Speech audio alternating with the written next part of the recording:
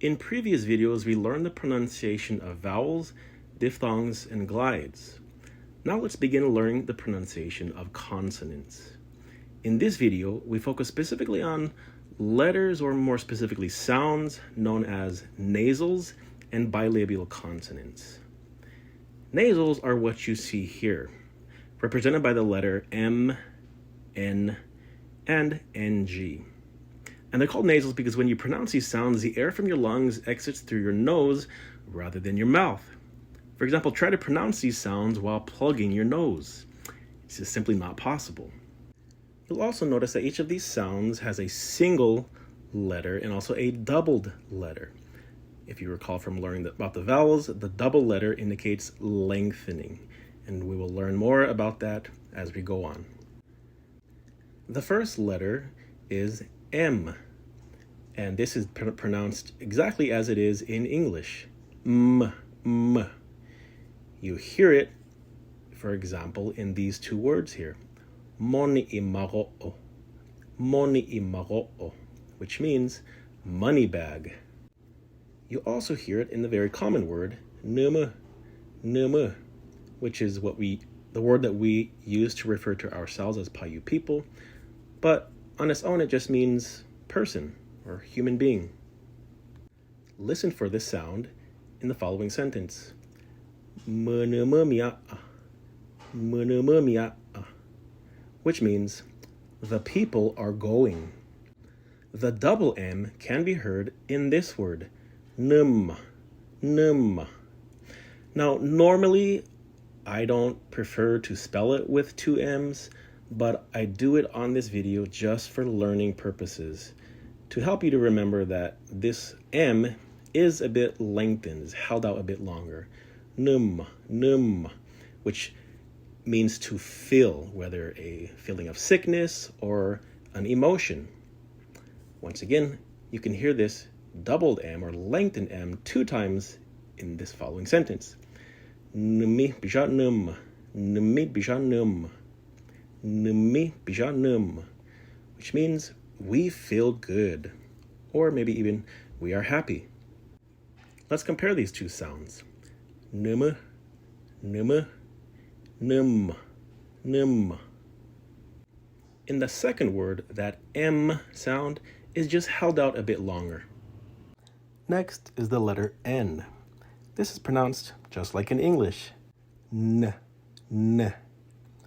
You hear the single N sound in a word like duna, which means root, like a tree root. Whereas that doubled or the lengthened N, you can hear in the word for antelope, duna. So by comparison, you have duna, and duna. That double end is held out a bit longer. Now, as always, the context that one is using this word in will always clarify which one it is. So even if you can't really hear if it's lengthened or not, context will always clarify for you. Another word with the lengthened end is kuna'a, which means sweat, to sweat. You can hear the difference between the single N and the lengthened end in the following sentence. Une kuna'ane, which means I am really sweating, or I am sweating a lot. The final nasal we're learning in this video is represented by the letters NG, which is pronounced exactly as it is in English, like in the word song, ung. Now this sound may have a short version or lengthened version, but thankfully there's no words that will change its meaning whether you pronounce it shorter or longer in duration, so either way is going to be fine. You will be understood. So the first example is the word yongona, which means evening, yongona. The next word is nobingi, which means to visit. Put these two words together in a sentence and you get Suinovua inovingigi kuhyongona.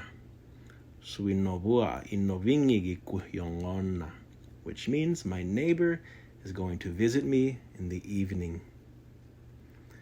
And one last word with this sound in it is ngab, ngab, which means chest, ngab.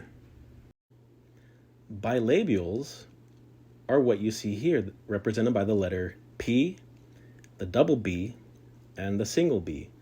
Bilabials are called bilabials because these sounds are produced using both of your lips. For the most part, these sounds are pronounced just as they are in English.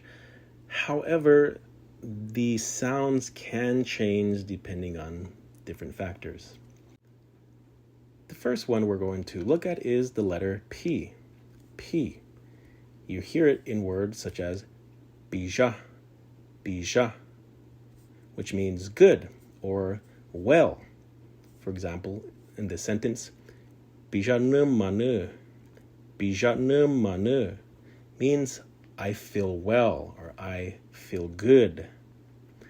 But this P sound can actually have a B sound at times, such as in this sentence, kai bija num, which means I don't feel well. This happens in the word for friend as well. Friend is bua, bua. However, my friend is ibua, ibua. This is kind of like the letter T in the word later, L-A-T-E-R. You don't say later, rather it sounds more like a D, right? Later, later. So the P can do the same thing, sounding like a B in certain contexts. But the actual letter B can also have different sounds other than what you would think of a typical B in English. For example, the word for song is hubia, hubia. Now in this word, the B can actually sound a bit more like a V. You can either say huvia, huvia, or there's another sound that doesn't exist in English. Basically, you put your two lips together, just like you're going to say a B, but don't pronounce it so hard. Make it sound more like a V, but rather than using your teeth, you use both of your lips. Huvia, huvia, v, huvia. You can also hear this in the word for pine nut, duba, duba. It can sound hard like a regular B, duba, duba, or just softer. Again, similar to that V, duba, duba. But there are some words that will always have that strong B sound. That's the doubled B. You hear it in a word such as duba, duba, which means mouth.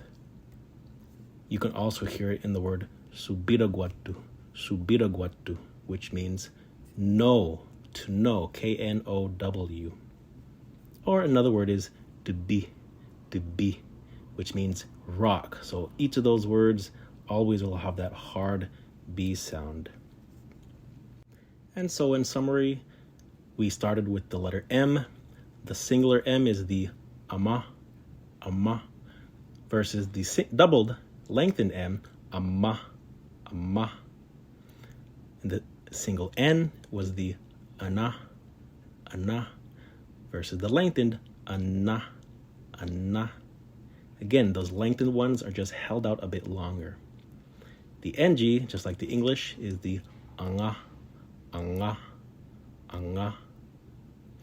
The B can have the B sound as in English, aba, ababa, or that softer ava, ava, like a V, or that strong doubled abba, abba. And finally, the P, abba, abba. Mat nusaba. Beri semua no yuna Numu Yaduan ku kabijana kapenishi.